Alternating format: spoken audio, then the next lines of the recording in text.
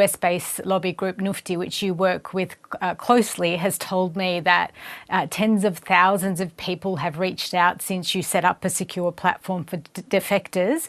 Can you confirm this number, your vetting process, and whether any come from the elite of the regime?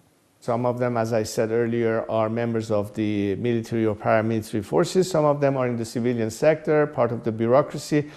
A few of them also may very well be and I cannot divulge some names right now, but could be quite prominent elements that have had it with this regime as being former so-called reformists who no longer believe that that's the solution and they need to opt out of this regime, abandon this sinking ship, and join with the rest of us who from the very beginning have been advocating for a secular democratic alternative to this religious dictatorship.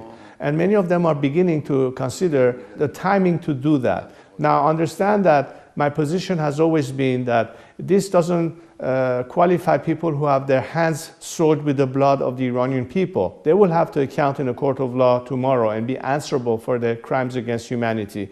And there are various processes to deal with that. We saw it at the end of the Second World War when you had the Nuremberg trials, but we have a whole host of lawyers and experts that are examining various processes at the end of unwanted regimes, such as truth and reconciliation or transitional justice. We're not going to have wanton trials or kangaroo trials, as the saying goes, but this is another thing to consider.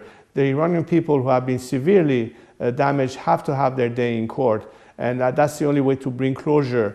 Australia, as you would know, has faced a surge in anti-Semitism, with our intelligence agency, ASIO, saying that Iran's regime was behind attacks on synagogues here, as well as targeting diaspora dissidents.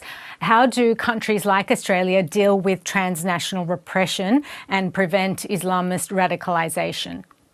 Proscribing the IRGC was a much needed step in that direction, expelling the ambassador along the way. This is great, and we thank the firmness and the courage in making that decision, which I'm sure wasn't easy. I think it is time for them to recognize that the path to a better alternative is to support the transitional government that we are forming, to be behind the Iranian people and help them achieve their end, to stand in solidarity for their rightful claim to self-determination. Subscribe for more videos.